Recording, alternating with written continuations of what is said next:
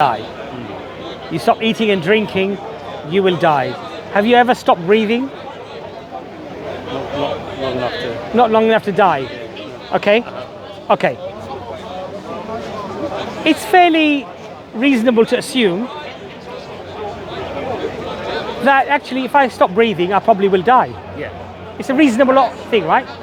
But you have never done that to verify that that would happen to you. I've never. No. Right. Because we, on balance of probability, we accept these things. Yeah. Have you ever been to Australia? No. Do you believe Australia exists? Yes. Are you convinced Australia exists? Do you have any doubts that it might not exist? Not reasonable doubts. How have you arrived at certainty without seeing it yourself? It's based on a bunch of things, isn't it? Bunch of reasons. Bunch of, in my opinion, good reasons. Good reasons, yes? Yeah. Okay. When I look at the Quran, Yeah. I find greater reasons to believe in it than even Australia existing. Okay. So now when it tells me God is merciful, why am I not going to accept that? Yeah, I know. I'm not. I'm not. You see my point? You see my point? Yeah? You see my point? Do you see my point? Sorry, I missed your last. It's okay. These Christians, what they do, they just try to spoil our conversations because, I mean, not all Christians, most Christians are quite nice. But unfortunately, most Christians I know are really lovely. Unfortunately, the type that we get here, they don't want to enter into nice conversations. And when we're having a nice conversation, they just want to come and heckle. And anyway, that's beside the point. So do you see my argument now? Do you see what did you say? So what I'm saying to you is, I'm more convinced that the Quran is from God than I believe Australia exists. Yeah. So when the Quran now tells me, Yeah. this is the reality of why you were created, Yeah. this is the reality of your life, this is the reality of your death, and this will be the reality of your resurrection. Yeah. I believe in that more than I believe in Australia existing. Really? Or believe in it more than the earth is round. And I do believe the earth is spherical, by the way, before people think I'm a flat earther, right? Exactly, right? No, so my point to you is, if I can verify something to a level where I'm more convinced of that reality, and then in that Allah says to me that He is perfectly just, Yeah. I'll accept it. I'm not going to challenge that.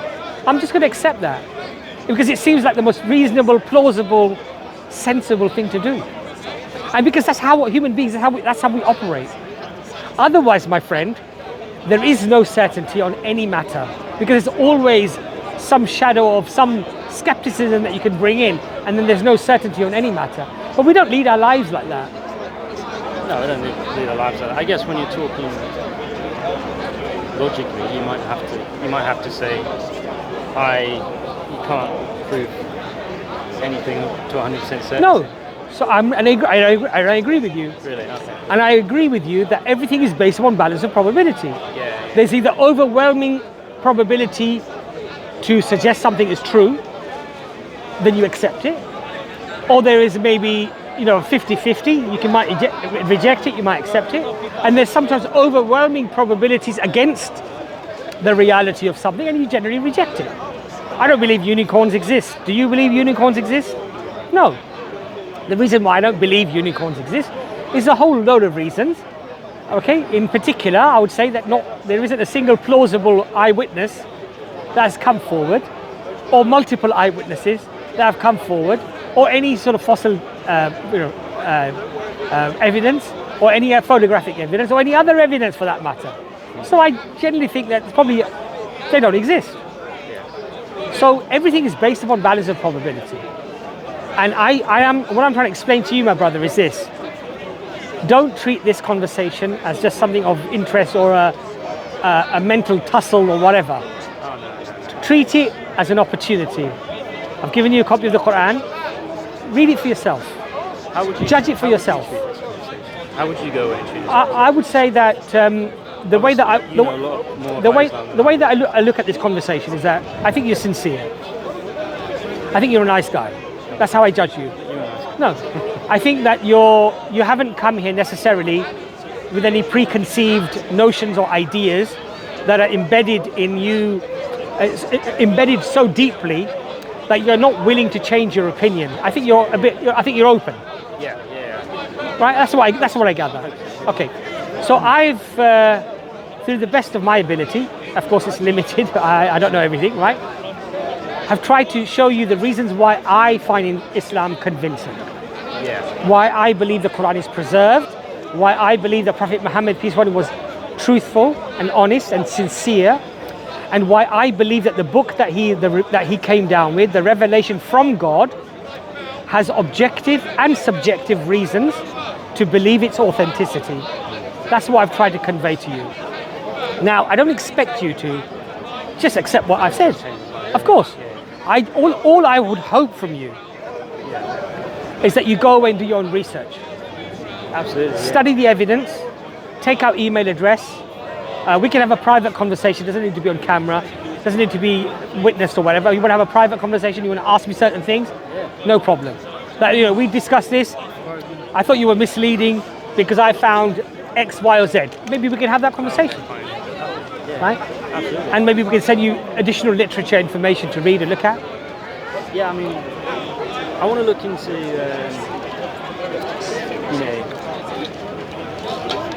the whole producer chapter like it. I'd be interested. I find it interesting. Yeah. I'm not sure. Yeah, that's the thing.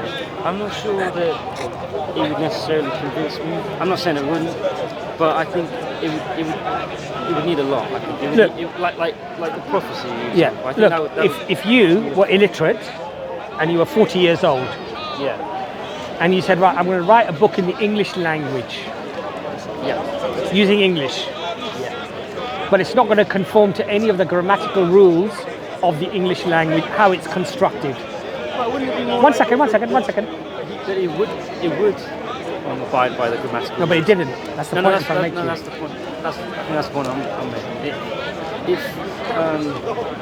If he was Israel, then it would abide by the grammatical rules. No, but the point I'm trying to make to you here is it easier to abide by the grammatical rules that are already known in society and often practiced and verbalized?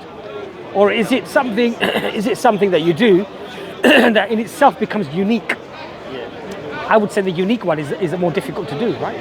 Especially, I don't really know. well, look, especially if it becomes the most eloquent of speech. If it becomes something that the Arabs cannot better. Yeah, I mean, If it becomes something that the Arabs themselves regard as supernatural, outside the capacity of human beings. I'm not fussed about what people deem to be supernatural. And again, I'm sorry if you explain. But let me go back to my point to you. The point of If you were 40 years old, 40. eloquent and beautiful, that to me is something to But my take. point to you is this: you're looking at it from a 7th century perspective, right? I'm saying today. If you were 40 years old, known by your family, known by everybody that you couldn't read or write, then you start coming up with a book.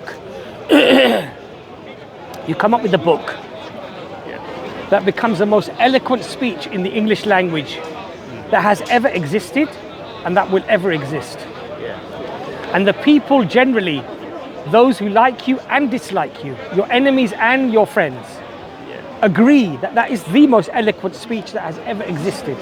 But not everyone does agree with that, do they? I'm telling you that the miracle of the Quran, or the challenge, was for the classical Arab speaker of the 7th century. I'm talking about today in the English language. If you were to come up with a piece of work and then it became the standard, in fact it became the standard by which all English would have to adhere to in terms of its eloquence and its structure.